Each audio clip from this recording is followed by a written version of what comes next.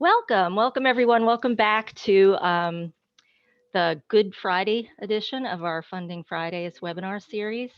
I am the Interim Assistant University Dean for Research in the Central Office of Research, um, and I direct the internal funding programs and also sort of oversee the research development activities of our office. So today we're going to be discussing grant prospecting strategies and resources with Kate Angel and Elvis Bakaitis. I'm sorry, did I say? Can you say your name? I've just I'm sure it's mispronounced your name. Bakaitis, but yeah. Bakaitis, thank you, Bakaitis. Um, Today, and so, and I believe that this month's webinar addresses a topic that all of us wish we knew something more about and how to do better, including myself. I mean, I know that I always feel like I'm somehow missing the one funding opportunity that will perfectly fit, my research program or my research aim. So it's always, I think that we can always sort of hone our skills. And also, things develop all the time and things change all the time in terms of funding opportunities. Um, so just sort of a little bit of the background. Many of you maybe already know this, but the monthly Funding Fridays webinar series was launched this past fall by Associate Vice Chancellor for Research Tamara Schneider as a way to provide ongoing sort of targeted support to faculty and all researchers across the university as we sort of navigate our new virtual grant writing, research productivity, teaching reality. Um, and this webinar series also represents a really welcome collaboration between several offices across our university. So the Office of Research, which I represent, and also my colleague here, Rimi Dar, who's going to be helping me run the webinar and monitor the chat. The Research Foundation Office of Award Pre-Proposal Support, or RFAPS, which also, actually, as Kate and Elvis pointed out to me yesterday, the RF funds many of the tools, the grant prospecting tools that we're going to be covering today, including Grant Forward and Pivot. And they also have an office where I don't know if John Sapogas, who's the director of RFAPS, is on the call now, but they also have a peer review process. If you're writing a grant, you'd like to send it to them, and they'll have people review it for you before you submit it. And then also the Cuny Office of Library Services, which is which is also a wonderful collaboration that we've developed over the past year or so, and have presented a number of webinars, including today's, to help us with our research development efforts. So the goal of this webinar series is to create a living resource for research development support and information for researchers of all stripes across the university. I should let you know that this webinar is being recorded and will be posted on the Office of Research website. So if any of you are not comfortable with your image being seen, just make sure to keep your cameras off. We probably won't, all of our, the questions will be in the chat, so we don't necessarily have to worry about your voice being recorded. So I'm actually amazed to find that we're nearing the end of our 2021 Funding Fridays webinar season. And I wanted to let you all know that over the summer, we're going to re-offer. We're probably going to do another Funding Friday season starting in the fall. But over the summer, we're hoping to have some more sort of intensive interactive grant writing boot camps and workshops. And actually, Michelle Keeley, who's the Associate Dean for Research at the School of Public Health, has offered to conduct a series of NIH grant writing workshops, and we're scheduling those probably for July. So stay tuned. We'll send out notices for that. And I also encourage all of you to reach out to me if you have subjects that you'd like to have addressed in this webinar series. Actually, from our last budgeting webinar, it came up that, because it was sort of, we were speculating at the end that it would be really nice to have the Research Foundation be part of this conversation to sort of help us figure out how the Research Foundation structures the web reports and handles expenses and things like that. So I think that we're probably going to try to, in the future, schedule sort of a primer or a sort of a tutorial with the RF to figure out what they do and how they help us manage our grants and also sort of manage the whole sponsored research process. So again, this webinar is being recorded. So just a little bit of housekeeping. The presentation is going to run approximately 45 minutes or so, and so we can leave ample time at the end to answer any of the questions you might have. But please feel free at any point during Kate or Elvis's talk to type questions in the chat, and Rumi and I will make sure that we'll go back and answer all of your questions. So, allow me to introduce our speakers today. You're in excellent hands because both Kate and Elvis have run a number of these types of workshops for their community at the Graduate Center over, I don't know, over the past year or the past period of time.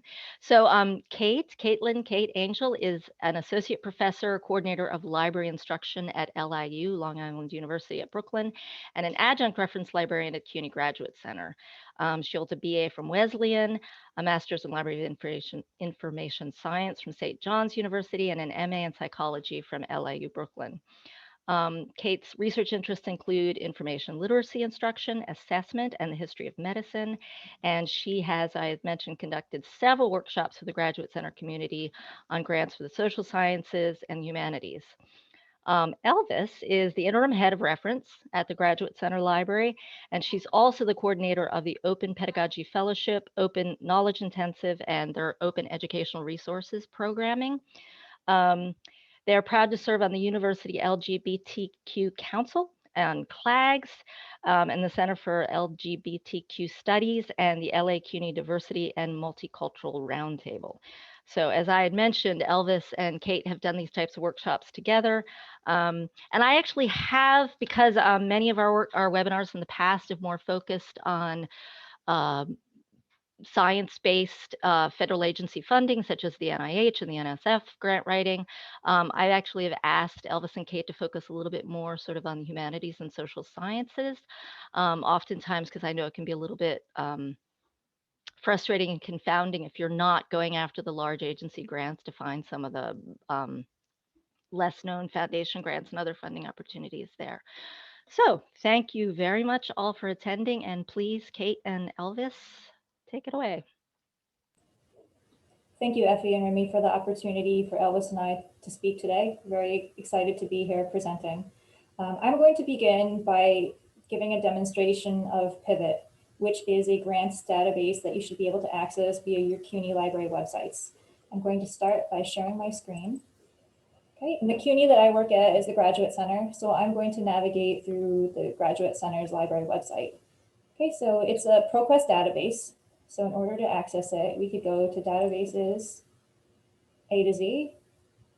Okay, and then it's called Pivot. So we'll go to P. Okay, and so here is Pivot. And it offers grants, internships, and graduate and postgraduate fellowships in all subject areas. Okay, so if we go to Pivot, okay, so just a little bit of background information about Pivot. I do not have a lot of experience in applying for grants myself. Mine is more on the librarian end of actually searching for grants. And out of the different databases that I've used in helping researchers, Pivot happens to be my personal favorite. It has billions of opportunities in it at any time. It has over 13,000 grants opportunity sponsors.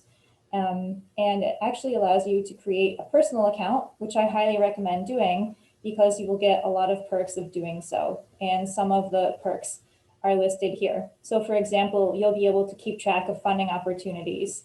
You'll be able to save your search history, and you can get different email alerts which come to my inbox every week for grant deadlines and also new funding opportunities.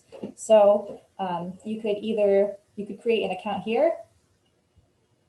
Okay, so you can use your institutional login based upon, I'm not sure about every single CUNY, but I know through the GC you're able to do so. I personally like to create my own personal email address, to create my account with my own personal email address. So make sure you use your CUNY address. Okay, and so I'm going to log into my account to demonstrate some of the features.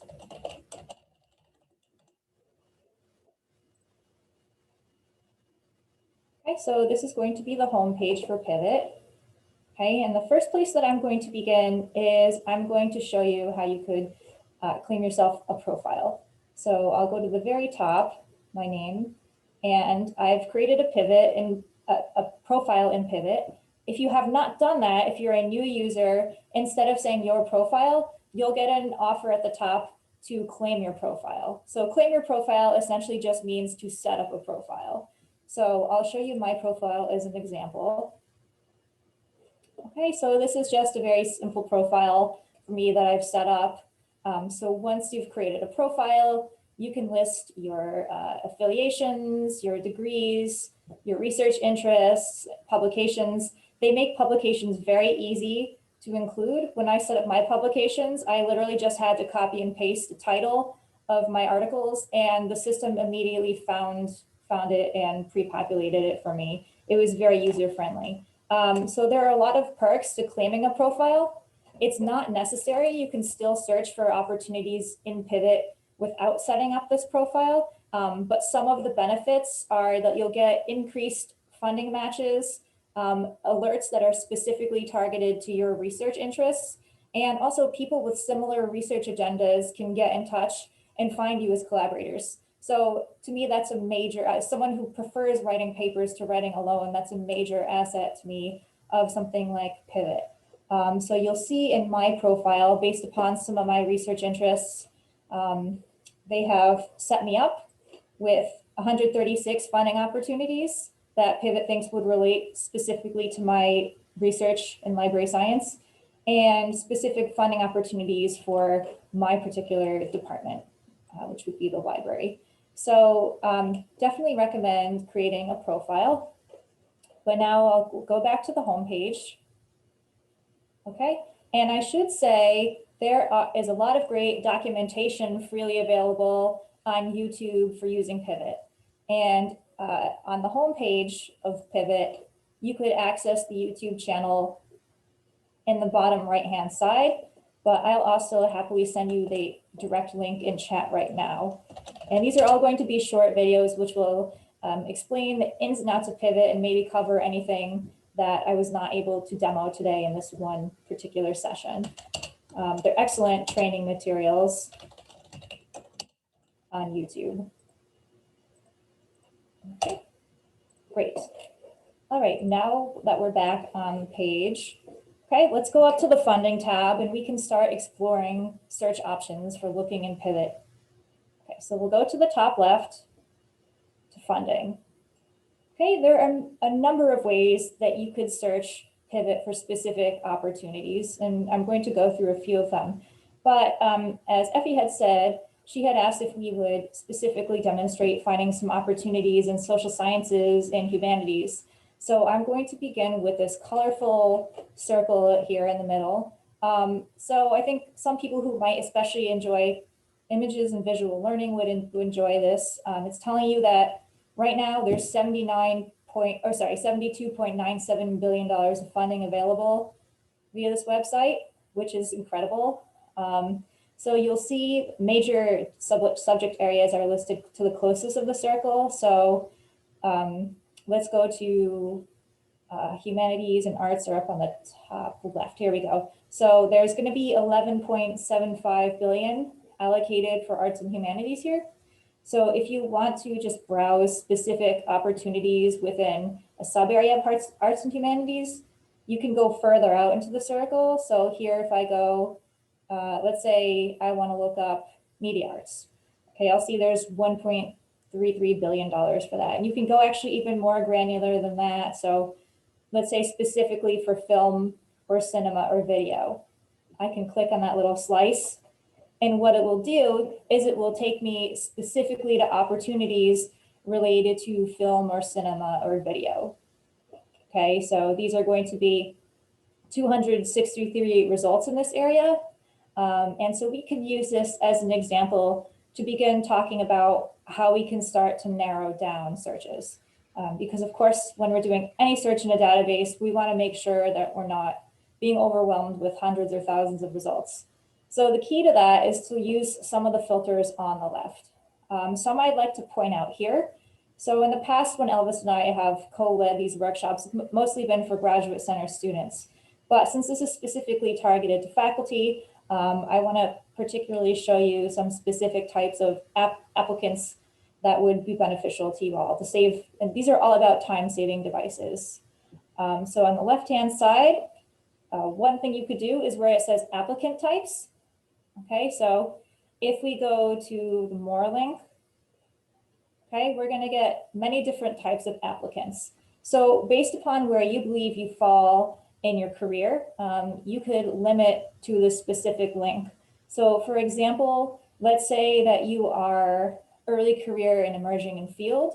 Okay, there's going to be 168 opportunities within this film and movie making category that will relate specifically to early career professionals. So if I click individuals, early career, it knocks it down to 168 results. Now I could put further filters on based upon what I'm looking for. So you'll see there are a lot of different types of funding.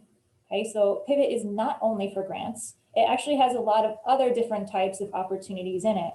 To see the extent of that, under funding types, you can click more. Okay, and so then you'll see the extent of it. So there's a category here specifically, since this is all relating to making films. There's a category called artistic pursuit for people who are seeking fellowships or postdocs. There's going to be a category for that. Prizes and awards, which are always an excellent CV builder. And here you go. So grants is definitely promised grants. So if I wanted to look up grants for research project grants and innovation, there's going to be 26 of those. So I could click that one.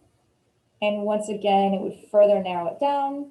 So I'm making my search more and more relevant to what I'm looking for.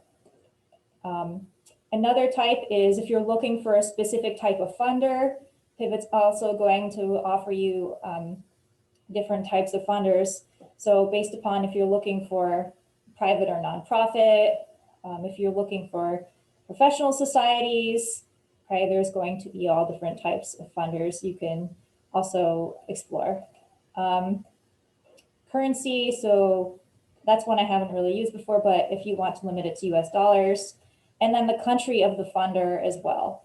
So if I want opportunities specifically in the US, I can go to United States. All right, and then I will get 18 results. So it's a very manageable amount of results to go through. And let's explore a record together now. So these are all going to be 18 different opportunities for research grants. I'm going to click the first one. It's the Woodbury Poetry Room Creative Fellowship out of Harvard. Okay, it's telling me the deadline. It's not until February 15th, and it's telling me the amount, which is $4,500. So if I want to learn more, I'll click on the title of the grant, and then it will give you all the information that you'll need to know to apply for the grant. An important piece of information to know about Pivot is you don't actually apply for the grant directly through Pivot. There's always going to be a link to the website of the grant. And so you would go to that website and apply directly through their website, not through Pivot. There's always going to be a contact person listed. So if you have any questions about the opportunity that is not listed, you can feel free to get in touch with the contact person and they can further help you. So we'll give you a pretty good idea of whether this is interesting to you and whether or not you're qualified for it. So it's telling you who's eligible, give you a little description and the abstract so you can get a better handle on what the fellowship contains.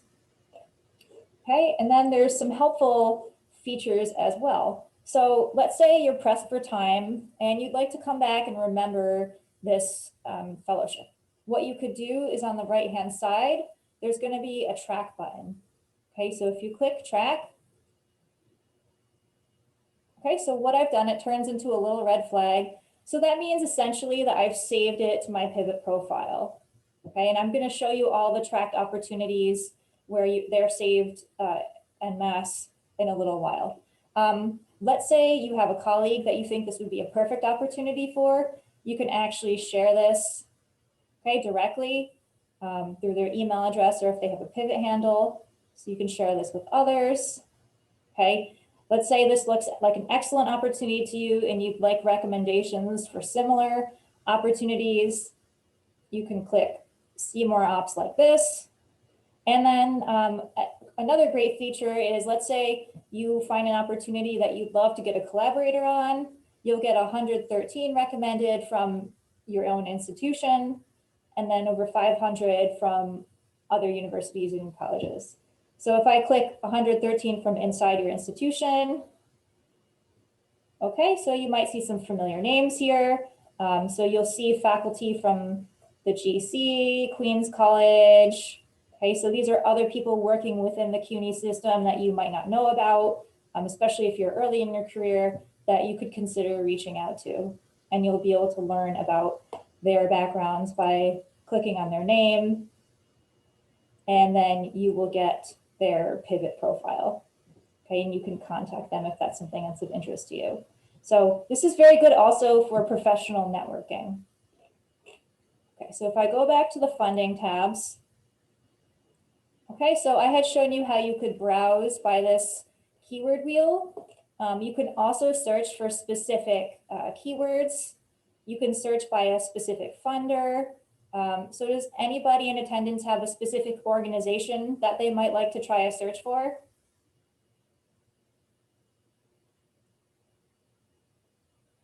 You can unmute yourself briefly if you want to just call something out. Does anyone have an idea? Or you can put it in the chat. Okay, great. Someone put it in the chat. Access. Spencer Foundation. Okay, thank you, Dr. Oh, great. Thank you, Dr. Gonzalez. Okay, so I'm going to put Spencer Foundation. I'll click search by funder. Okay, and you'll see here it's also listed all funders alphabetically, government and non-government funders. So if you'd like to browse through the lists, you can do that too. But we have a specific funder that we'd like to search. So we'll put in Spencer Foundation. We'll go to search. And then it looks like there are quite a few that come up specifically listed as Spencer Foundation. So this is a lot with this specific name, but you'll see some of these are not exactly from the Spencer Foundation. So it's like a search where they're specifically finding the keywords anywhere within the record. So the ones that would be most relevant are going to be at the top. So we'll see that the first, like 10 or so are from the Spencer Foundation. So let's say you wanted to look at the Racial Equity Special Research Grant from the Spencer Foundation. Okay, you could click through there. And then if you also want to see every record that Pivot has specifically cataloged as the Spencer Foundation, okay, so this is a very exact search. It's been tagged by Pivot. So if I click Funder Spencer Foundation, okay, it's going to take me to all opportunities that are specifically officially the Spencer Foundation. Okay, so there are going to be 9 results here, Professor Gonzalez. So hopefully at least one of them might be of interest to you. So that's another way that you can search. You're welcome, Dr. Gonzalez. Okay, so next I wanted to show you back to the home. Okay, and we're going to talk about some of our tracked opportunities and saved searches. Okay, so if we go to where it says My Funding Opportunities on the homepage, I'll go to Tracked Ops. Okay, and so these were 10 opportunities that I have just listed in Pivot randomly just to demonstrate them. So these are all going to be ops that hypothetically I could apply for. Okay, lists all the deadlines to me. What I could do also is if I go to options, I could actually turn email alerts on. So if you want Pivot to send you emails to remind you about upcoming deadlines, you could do that.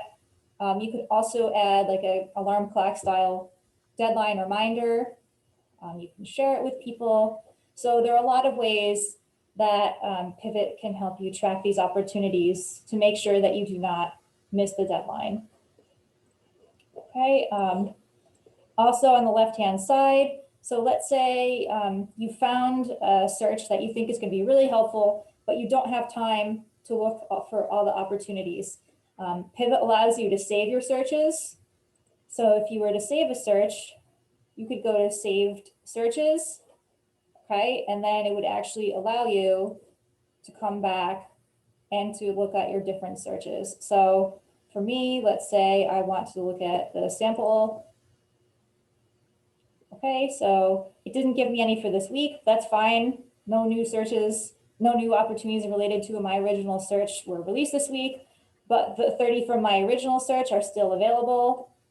So if I go to all, okay, it's going to give me these 30 results from a saved search that I thought would be valuable to look through. Okay, so let's see, I'm going to go back to the home. And so this advisor, okay, so advisor is very helpful if you set up a profile. Pivot is once again going to take everything that you've input into your profile, your research interests, for example, and it is going to advise you on opportunities that you might find useful. So for me, because my keywords all relate to library and information science, it's giving me all these different funding matches that would actually, I should, on a professional level, I actually should look through some of these and consider applying, but these are all going to be related to, you know, like I said, my publications I have listed, my keywords, and I can look through some of those. Let's see, curated. Curate is going to be, so if the specific point people at your institution want to post any that they think will be relevant to their community, there's only one listed here now. It's Deborah Hilborn, who works at the Graduate Center and has posted a faculty fellowship that they thought might be of interest to the GC community. So now we've talked about searching a bit. I also want to talk about, I'm just going to go back to profiles up at the very top. Okay, so you could look through once again. So this is for the GC. So if you wanted to look through people in your specific department or subject area, let's say you are interested in collaborators from the MALS program, the Masters in Liberal Studies, you could go to view profiles. Okay, and you will get the pivot profiles for faculty in that program. I also said that I'd show specific social sciences opportunities. That's my own background. I hold the social sciences very dear, and I want to make sure that they get represented too. So if I go back up to funding, okay, I showed you where you could specifically browse for art and humanities. So if you go counterclockwise, you'll see on the right about the 6 to 7 o'clock p.m. area, you'll see there's $26 billion for the social sciences. So for those of you who would like to browse social sciences, once again, you could go further out on the wheel. So let's say you're doing, there's a lot of them. Let's say you want to look up political science opportunities. There's 2.65 billion grants here. Okay, I picked this one because I know that Effie had said earlier she had a doctorate in this one, so I thought that could be a good social science example. So if we go further out, we can get political participation opportunities worth like 70, I forget, I didn't see exactly, but it's worth a lot of money in these opportunities. Okay, now conferences. I find this to be, I'll just cover this very briefly, but this is a helpful section. If you're looking for specific journals that you'd like to publish in or conferences, these are all going to be CFPs for different subject areas, all very current. So let's say you are studying psychology, you're going to see, sorry, not studying, your faculty. Let's say you're teaching and researching psychology, there's going to be 179 opportunities here for conferences and papers, okay, and it'll give you all the deadlines and information about these types of professional opportunities. The last piece is the awarded grants section. Now, this is a good place to go. Let's say if you're new to applying for grants and you'd like to see examples of successful grants. So you could go to the awarded grants section and do some research on that. And you can search, you could do an advanced search for lots of different types of investigators, funders, an institution, specific field. So if you want to put your subject or research area in there, you can do that as well, and it will allow you to look at these successful grants. And I see it's 12:30, and I want to make sure Elvis has ample time to speak. So I'm going to stop sharing my screen at this point. Thank you for your attention, and I'll hand it over to Elvis Bakaitis. Hi, thanks so much, Kate. And thank you. And I've seen some really great questions in the chat, so just trying to kind of catch up to those. And I think we'll get to some of these when I present. So I'm just going to drop a few links in the chat right now, so we have somewhere to start.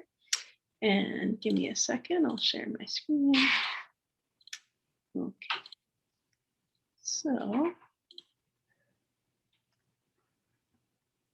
great. So I'm going to be talking about a couple of different databases. And one of the things I wanted to mention is that everyone at their campus library, funded through the Research Foundation, has access to Pivot and Grant Forward. I'm going to talk a little bit about a third database called Foundation Center Directory, online, sorry, the FDO. So basically that is something that's only available at the Graduate Center in person. And obviously we know we don't have in-person access, but it's a really helpful resource. So I just wanted to mention that. In the future, you can find it there. So a few general thoughts on grants in general. They're kind of a sort of alchemy that obviously is supported by a lot of research that you're going to do to figure out what's best for you. So we've talked a little bit so far about finding grants, right? So I'm going to just kind of review a few concepts relating to applying for the grant, because we're all just one individual human. Even if we find, some of these databases will generate 5,000 amazing grants, but reasonably, you're not actually going to apply to all those as a person. So you want to think really strategically. Your proposal can always be recycled, right? And recycled is a generous term, but you can reuse all the content that you have. I would strongly encourage everyone to have someone else look at it, because sometimes it's really common sense things that will come up and be a question mark for someone else who's less familiar with your field. So always good to have other folks have an eye on your content. So let's look a bit closer.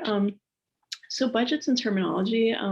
Some people who look at a lot of grants, you have to imagine there's reviewers and they're looking at all the components that come together. So the budget, your proposal, you want to make sure these things are speaking to each other really specifically, and that you are mirroring the language that the actual funder is using, not just terminology that only you understand or that is very specific to your field.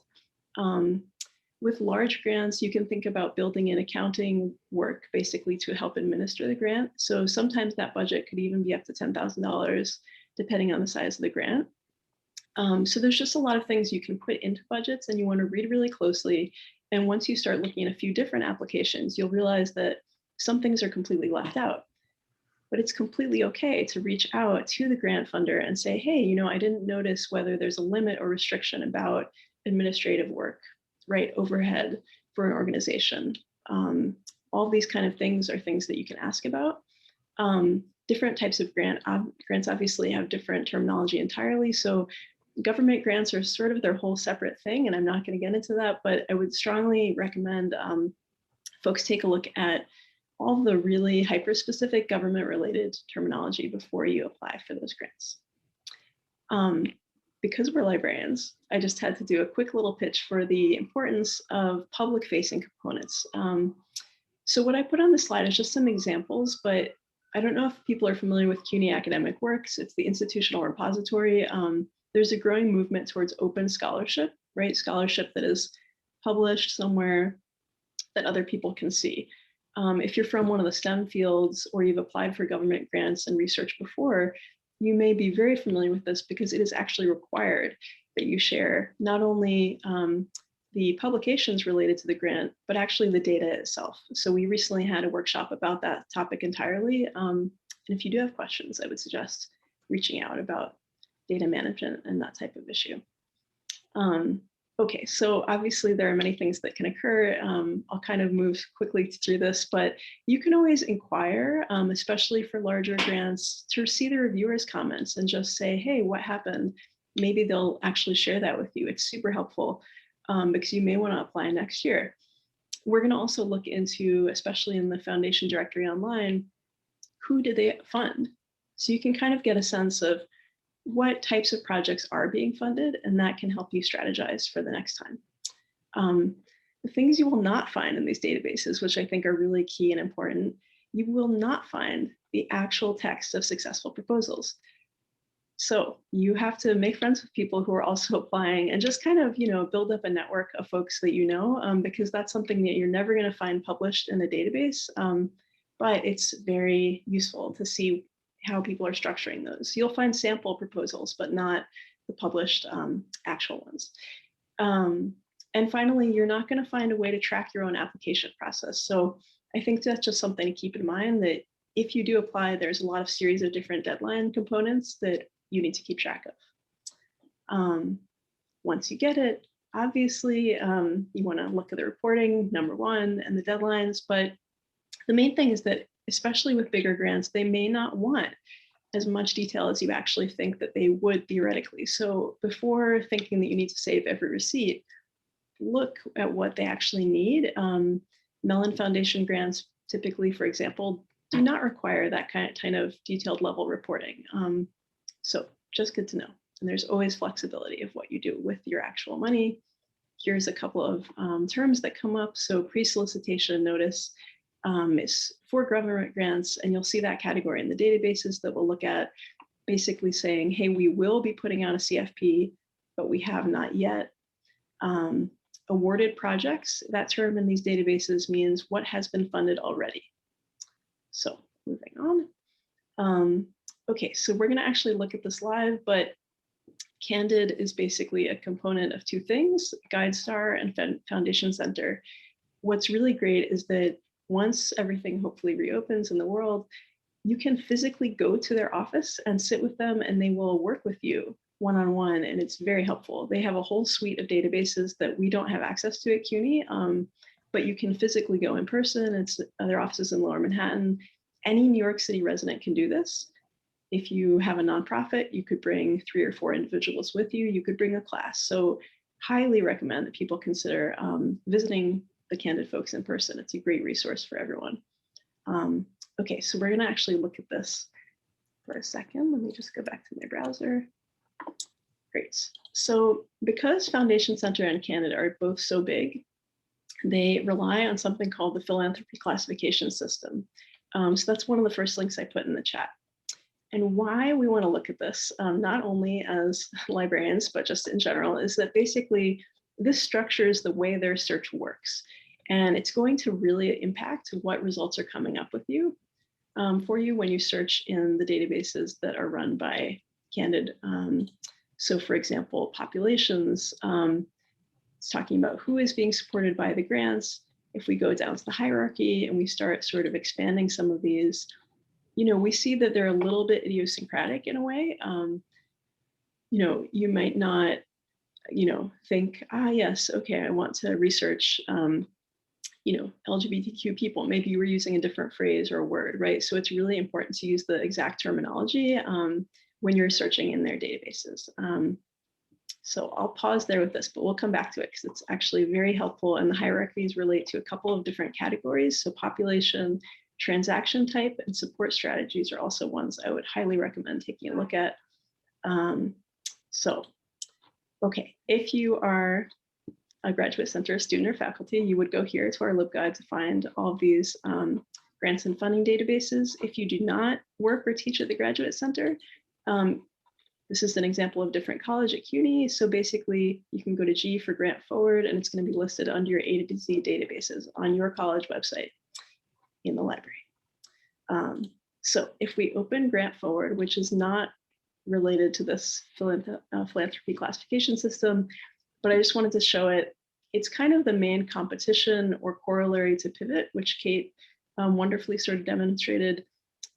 Basically, Grant Forward's main strength is that they claim to mostly focus on the United States. So if we look over here, we can see that international grants that they are indexing are only 2%.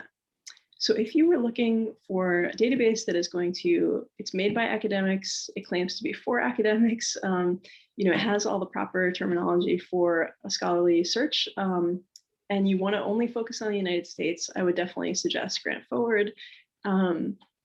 It functions in a very similar way. So we're not going to look at every single part of Grant Forward because it has some similarities. I had already done a search for women's history, but just to go down and kind of see how this ends up looking. Basically, they're showing you two different options of a layout. So this one has the date very large. You can look at it like this if you prefer. You have a couple of options of what you can do. So someone had asked, how do you narrow this down, right, to who you are and what are you actually applying for? So postdoc, right, is listed, internship, fellowship. These are really important keywords. If you are someone who's a little bit further along in your career, let's see, go down. So applicant types, right, early career investigator or senior researcher. You can add these. If you say, no, I am definitely not in these categories, you start clicking to delete them from the search. And so you're narrowing it down that way. We are always individuals. Perhaps you have something else that they would consider a different component of your identity that you want to add.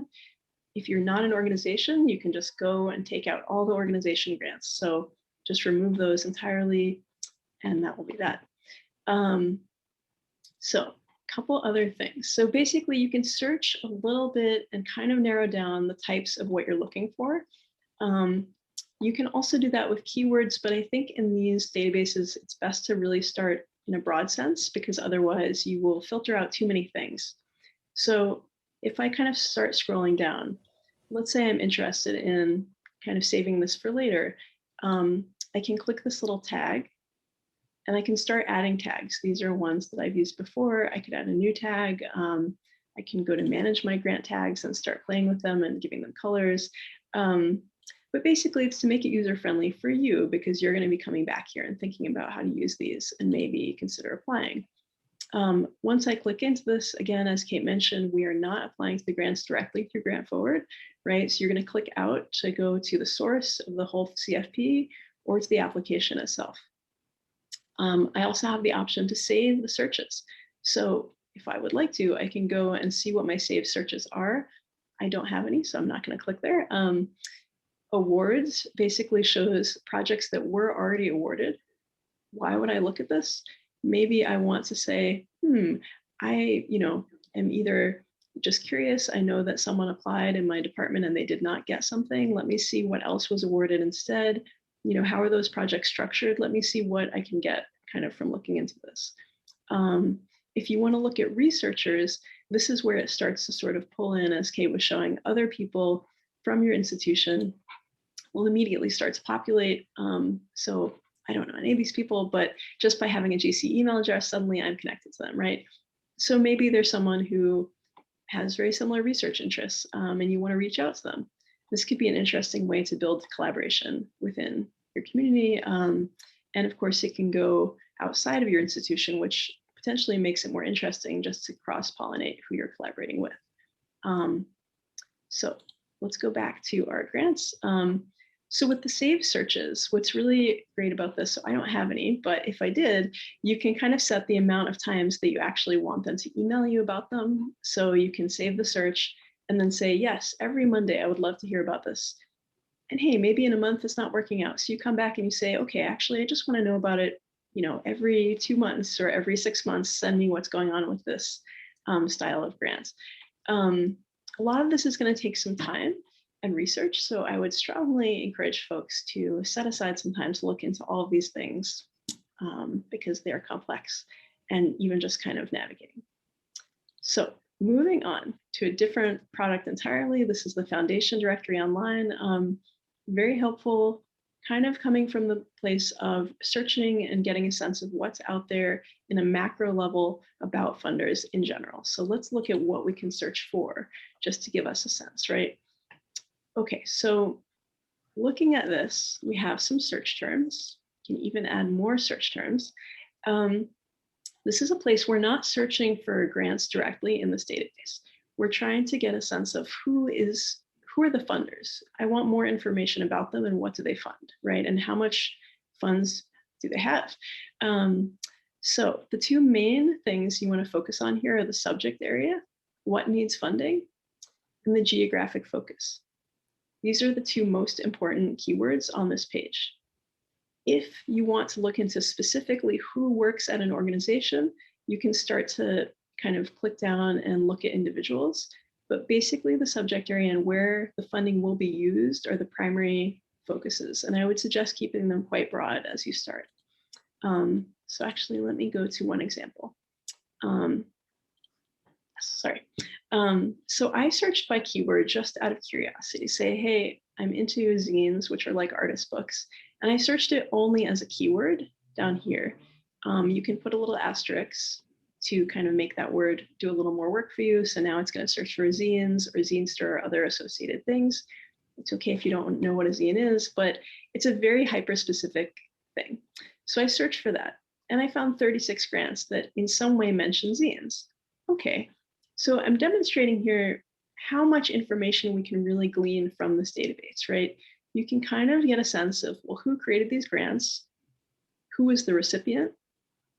What was the grant amount? When did this even happen? If you click on grant amount, you should order it. Oh, it didn't. Well, it should order it by the amount of money coming up first. And the main thing I wanted to show is that there's somewhat limits to what this database can do in terms of the specificity of what we know about the grant. So this is a grant. It was for a project that was actually in New York City. It's from the Ms. Foundation, right? And if I scroll down, I can see a short description of that project itself. This is not always the case. So your search for grants is going to be really like multi-pronged approach. This database is a little bit better on a focus of who are these funders, how big are their grants, what do they do with it, right? And how much money can they potentially be giving away? What you won't find in this database are specific detailed outcomes of the grant. You won't find the CFP. You will not find really too much detailed info about what they did with that money. So it's got a lot of information, but the focus is really on the funder themselves. So if you click on the side, this is a really great way to explore who is in the organization, other similar funders, their funding interests broadly construed, which may surprise you what's actually indexed in here, depending on how well or not you know Grantmaker. In terms of a really large foundation, right, like the Mellon Foundation, you can kind of see that they have, a lot of funding. There's a lot of different locations that it goes. So maybe, different locations are less or more competitive. This is a really important clue, right? The common grants amount that they fund.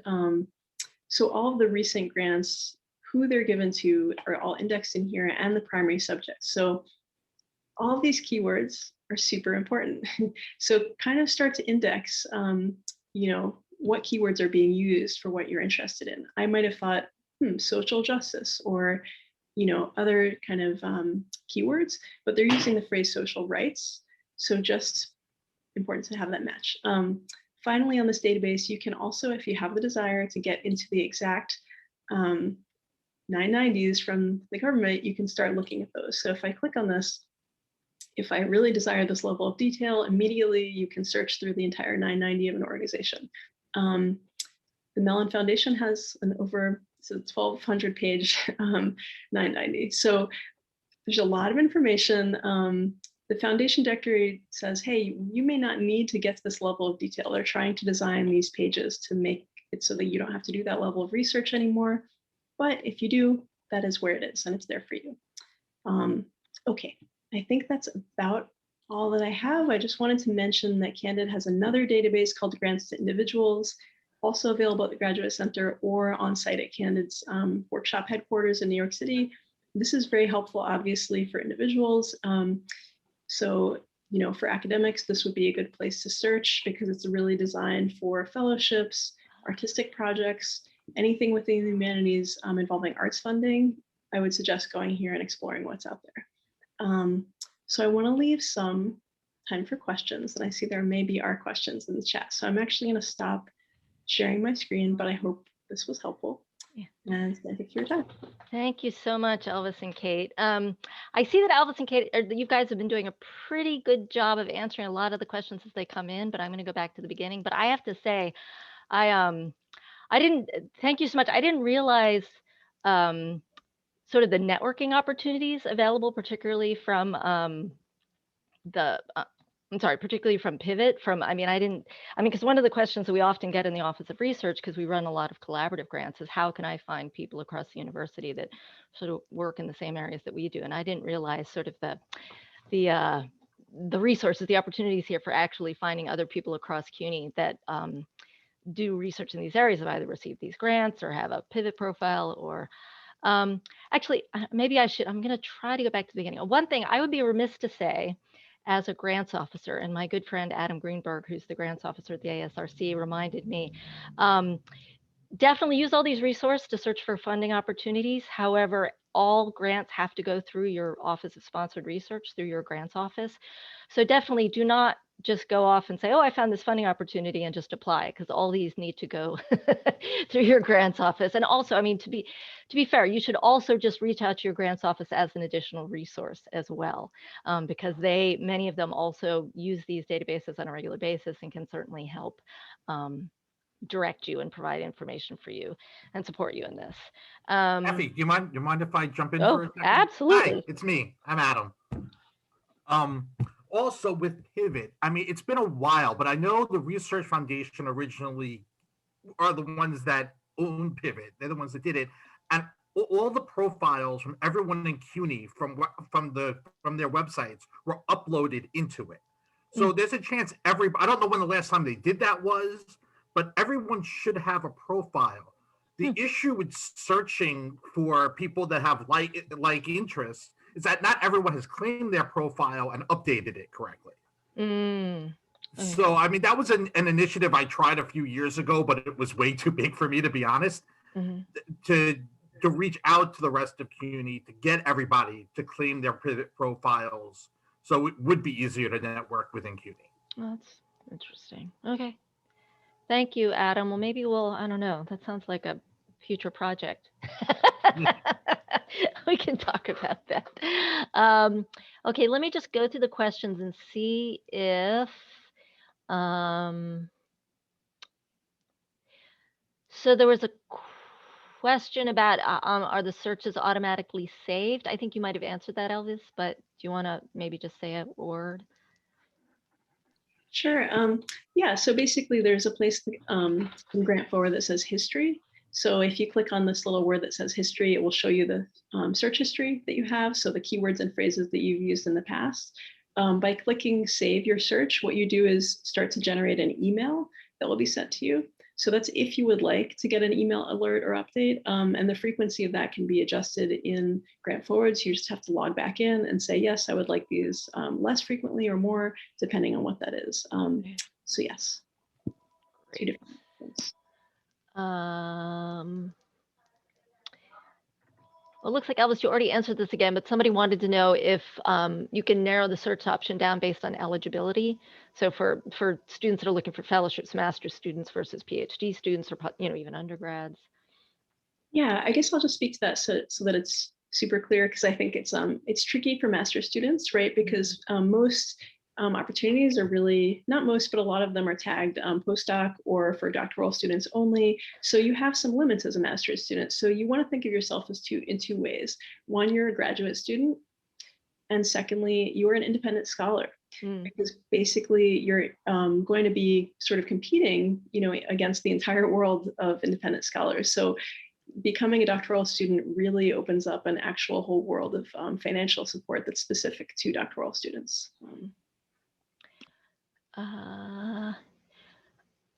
So there's a lot of questions about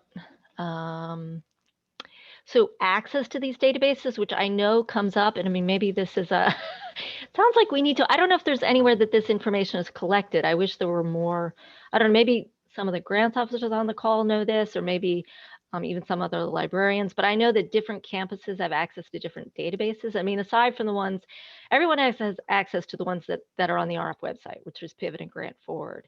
But in terms of these other databases, were you able to find that out, Kate? Because I think there was a question from someone from Hostos, whether they had access to the Candid database. I mean, I guess also the question too is, if you're a faculty member across any college at CUNY, should you be able to have access to the databases on the Grad Center website? That's the other question. No? I'm sorry. You're muted, but yeah. Sorry, Elvis, you can handle if you'd like. Okay, yeah, so basically because it's not a graduate center policy, it's every single CUNY library has their own set of logins, right? And because of database subscriptions, copyright, it's not within our control, unfortunately. So the Graduate Center has a subscription to the Candid, those two databases, the Foundation Center Online, and also Grants for Individuals. Once we go back in person, anyone can come to the Graduate Center, who's CUNY affiliated in person. You can also check out the offices of Candid in person, which I put the link in the chat to, and also encourage your campus librarians to think about subscribing to these databases. So. Thank you very much. This is the hostess person. I'm gonna come as soon as COVID's over. Excellent. Okay, so there was another question about access. Okay. So the other thing is, I mean, maybe I should be embarrassed to admit this, but I didn't actually, this is a question for me. I didn't realize that that the foundation directory and that they merged, I'm sorry, I'm forgetting the other name of the other database, but merged to form Candid. So is the difference between Candid and the foundation directory online is that Candid is more, has the actual funding opportunities, whereas the foundation directory is more about the funders themselves. Is that correct? That's a great question. Yeah, so Okay. Candid is kind of like the umbrella term, essentially. So they used to be individually known as GuideStar, which I think people would still come across that phrase because it was so well known. And then also the Foundation Center was literally the name of their actual office in New York City. So you may still have people who are like, oh yes, I went to the Foundation Center. But now both of those entities are known under the umbrella as Candid. Okay. So the Candid website has kind of like resources for the public. And then they also do online workshops that anyone can sign up for. But that's kind of their generalized new entity. So I think they're only 2 years old, so they're still working out kind of the quirks. But yeah, the individual databases still have their own individual names. But yeah, the Candid Grants for Individuals is that name, and it used to be a Foundation Center database. Interesting. Okay, so there's a question about access.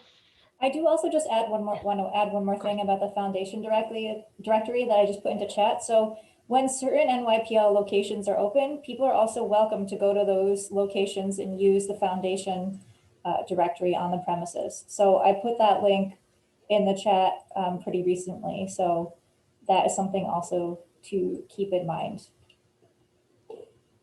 Okay. Great. Is maybe somebody put in the chat, I feel like there's been a lot of back and forth and I don't want to miss anyone's question and we have a couple more minutes, but what I will say is that we will, what I've done in the past, since there's so many good links in the chat, one of the things that Zoom does is it actually captures the chat for you. So I'll also put that on our website along with this webinar and Elvis's presentation. I'll put in the chat just so you make sure that you don't lose any of these links. Does anyone have, is there a question that I missed? Somebody could type it in the chat, specifically if it has to do with access or any other questions for Kate or Elvis. Oh, okay.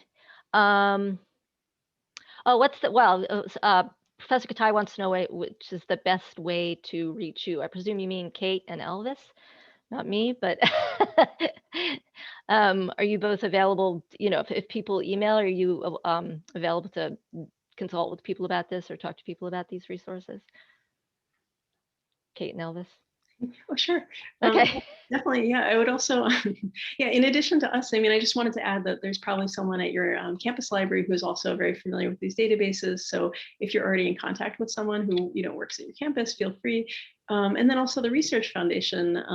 And thirdly, camps, grant officers. So every campus has an office specific to grants and funding. And it's really, especially for the larger grants, you want to know who else is trying to apply for this from CUNY. You don't want to compete. And sometimes you cannot compete with government grants with two people applying from CUNY at the same time. So you definitely, it's a good relationship to start building, as soon as possible. So. Yeah, that's actually one of the things that Adam Greenberg and I are working on, is creating a database of limited submission opportunities. So that will be, because anything that is one application per university actually has to be run through our office, so we can either conduct a white paper or find out if anyone else applying for the grant. But yeah, there definitely are limited submission opportunities by college, by university. Oh, okay, so I'm sorry. I mean, oh, well, you can always contact me. I'm sorry, I believe I missed a question here. Um, there's a question. I'm having trouble finding where to access grants to individuals through CUNY portal. Is there a link that you could share? Could you put the link in for the individual grants? Yes. So sadly, this is another instance of a GC specific website, and I apologize for that. But I just do want to note that once the candidate offices do reopen in person, as well as the Graduate Center Library, either one of these places you can go in person, and it's really a good idea to definitely, especially go to candidates offices, because they have about 10 different other grants databases that we do not have at the Graduate Center Library. One of them is about mapping grants, like geographical focus of grants. Very kind of dynamic and interesting things. And then they can help you walk you through these because they're the experts, as well as advise you on your personal grant seeking, or if you're affiliated with a nonprofit, an organization, something you volunteer with, they can help you with all of that kind of structured funding. Whereas, we're humble librarians, we're happy to help out, but I think you want the experts when you want them. So just a little pitch for that. Great. Okay. So I apologize, Professor Katai. We will provide all of our emails. I'll provide to you in the notes as well. And you can certainly reach out to me with any questions you might have. I assume that Kate and Elvis will also be happy to answer any questions if anything arose from this webinar. But it is now 1:01, and since I am trying to be respectful of all of our time and Zoom fatigue capacities, I'd like to wish you all, thank you all so much for coming, and thank you so much, Kate and Elvis, for doing this. And it sounds like this is going to be an ongoing conversation, and perhaps we'll have somebody come from Candid to also do a webinar maybe, or we'll pursue that further. But thank you. I hope this was helpful, and I hope everyone has a great weekend and a great holiday if you observe those, and we will see you next month. Thanks so much. Thank you. Thank you.